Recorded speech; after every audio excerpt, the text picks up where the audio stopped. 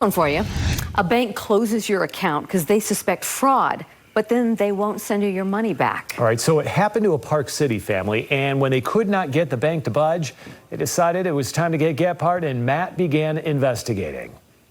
Maybe 10 years ago. With his mother getting up there in age, Bruce Sakashita wanted her money to be in a place that was safe, but also where it could earn a little extra interest. We set up this account with American Express. They call it their high-yield savings account. Bruce transferred in $130,000 that his mom had sitting in accounts at Wells Fargo and Chase.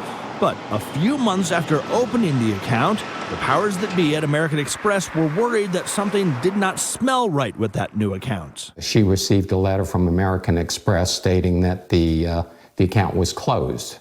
That was way back in June. The trouble is, American Express closed the account, but they won't just send the money back. They tell Bruce he has to go deal with the other banks. But what we need to have you do is have the two banks from which the monies were transferred, namely Chase and Wells Fargo, they need to send us communication to recall the funds. Bruce has tried, but Wells Fargo and Chase have written that he needs to go get the money himself from American Express, and American Express still refuses. I have gotten nowhere. Sick of fighting on his own and getting nowhere, Bruce had an epiphany. Well, why don't you approach a consumer advocate, on the local news? So this time I reached out to American Express on Bruce and his mom's behalf to ask why they won't just send their money back.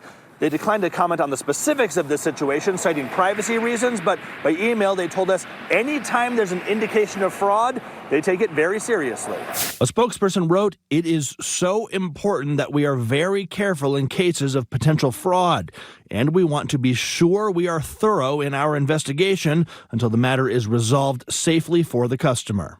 In the end, resolved safely it was. In fact, shortly after I contacted American Express, Bruce says they got the money back with interest. But other than that, Had this not worked out, Bruce and his mom would have eventually gotten their money back. By law, when a bank has money that has sat dormant in a bank account, it is handed over to the state treasurer, who works to reunite it with the rightful owner, though that is a process that can take several years. Mike? Matt, thank you for thoroughly helping them resolve that situation. All right, take a look.